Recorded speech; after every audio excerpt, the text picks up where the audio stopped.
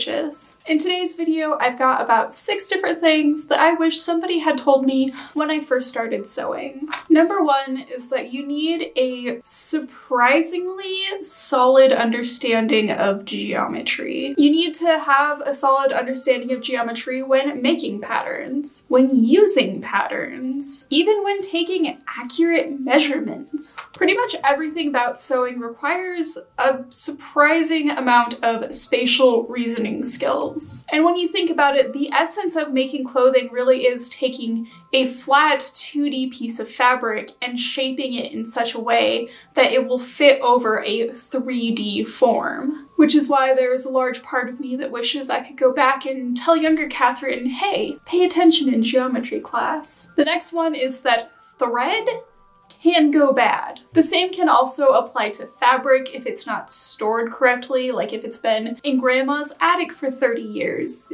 it might not be good anymore. Fibers are sensitive to light, they're sensitive to unusual temperatures, so really high temperatures and also really low temperatures. They're sensitive to moisture, and so if it's been sitting around in a basement, in the trunk of somebody's car, or whatever for years and years and years, then it's probably going to become really fragile and become more likely to break or snag or just ball up in a knot in your machine. Vintage wooden spools are the worst. I love using vintage materials when I sew. I love using up things that I can find in the thrift store, but I will not buy thread that's on a wooden spool. I inherited several hundred wooden spools from my great aunt. A lot of that thread is not usable, unfortunately, especially because the wood is usually just cheap pine or something like that, so it's very highly acidic. Over time, those acids will eat away the fibers that the threads are made out of, and it becomes very thin and breakable, and it's just not good for sewing with. Bobbins can also go bad. Bobbins can get scratched, they can get bent, and the unfortunate thing is that the universal bobbin shape is a myth. There's no such thing as a universal bobbin. Every single machine is specifically designed to use a specific type of bobbin. So any sort of variation in that shape will cause anomalies when you're sewing. And anomalies basically means bird nesting, lots of bird nesting. If bobbins are just barely the wrong shape in any way, it will mess with the way that the two threads meet together when the needle goes down into the bobbin cavity and they kind of connect and they loop together and then they form a stitch. If there's any variation in the way that that bobbin fits in that machine, then it can prevent them from meeting properly. It can mess with the timing of the machine, which will throw it further off and can cause the whole machine to break down and do the unfortunate thing that I'm doing right now and waiting for a sewing machine repair shop to fix it, even though it's been well past the time that they told me it would take. Bobbins also have a right and wrong side. This actually is something that my grandmother told me, but nobody told me this in school. And I feel like it's not a very well-known thing. When you purchase a bobbin, when it doesn't have thread on it, it doesn't have a right and a wrong side, it's just a bobbin. But then when you thread that bobbin, depending on the quality of your thread spinner thing, your bobbin threader, depending on how well that works and just the weight of your thread and all of that, there's a lot of variables that go into it. Your bobbin then, after it's threaded, has a right and a wrong side. So be sure that you're putting the top end in the same way that you threaded it as you put it into your machine. If you load a bobbin in the wrong way, it can also cause more birds nesting because of variations in the tension. Another thing that I really wish somebody had told me about sewing, and really all creative endeavors, period, like art, ceramics, any of those things, when it comes to your supplies, you get what you pay for. There's a reason that cheap machines, cheap scissors, cheap fabric are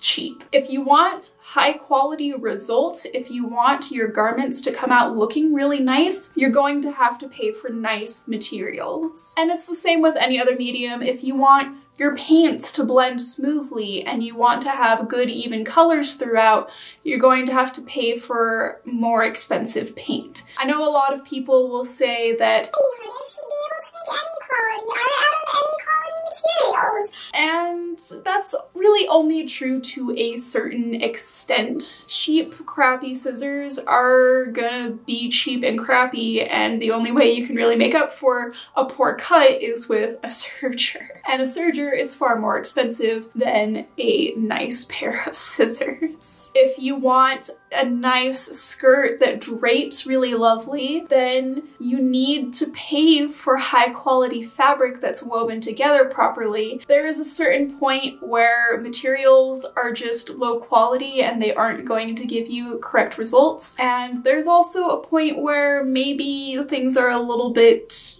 more high quality than you necessarily need. Your average person doesn't need a high-end industrial machine to make a few garments a year, but you still probably don't want to make those garments out of $2 a yard fabric if you can help it. In addition to investing in high quality materials, you also want to service your materials regularly. For instance, I have Ginger scissors, so every few years I send them in. They, resharpen the blades, give it a drop of oil, and they come back working like new. I also have a machine that I can get repaired locally. You specifically want to make sure that you're servicing your sewing machine every few years. You don't have to get a full service because full services are kind of expensive, but you want to take them in, get them checked up, do diagnostics on them, make sure that they're running smoothly and that there's no issues with the timing or the way that anything's set. Make sure that your parts are in good condition. That way you get the best results possible. And then if your machine does start to break down, then you know that ahead of time and oh, it's just my machine and not me. Because simple things like running over pins, running over seams that are a bit too thick, running over really much of anything, just using your machine regularly can cause variations in the timing, and it can also move tension discs around and just otherwise make the machine less happy to work with you. So what I mean by timing is that, the top part of the machine has its own mechanism and the bottom part of the machine has its own mechanism, and then the two threads kind of come together and make a stitch, like I sort of explained earlier in the video. And the top part of the machine has its own timing mechanism, as does the bottom part of the machine. And over time, the timings of the two mechanisms can sort of knock themselves out of place. So the top thread won't be meeting the bottom thread at the exact same time that they're supposed to meet together.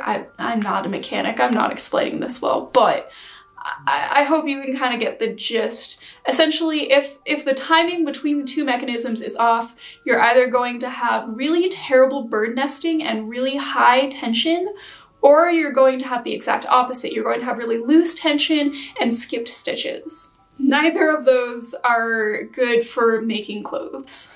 So make sure you're taking your machine in, you're getting it checked, you're getting diagnostics run on it, you're making sure that it's in good repair so that you don't go to sew a $50 a yard wool skirt and it gets eaten by the machine. And the last bit of advice that I have also is pertinent to machines, and that is you're never gonna use the decorative stitches. If you're buying a machine for the stitch range, don't. My sewing machine has like 50 plus different decorative stitches that it can do, and I haven't used a single one of them.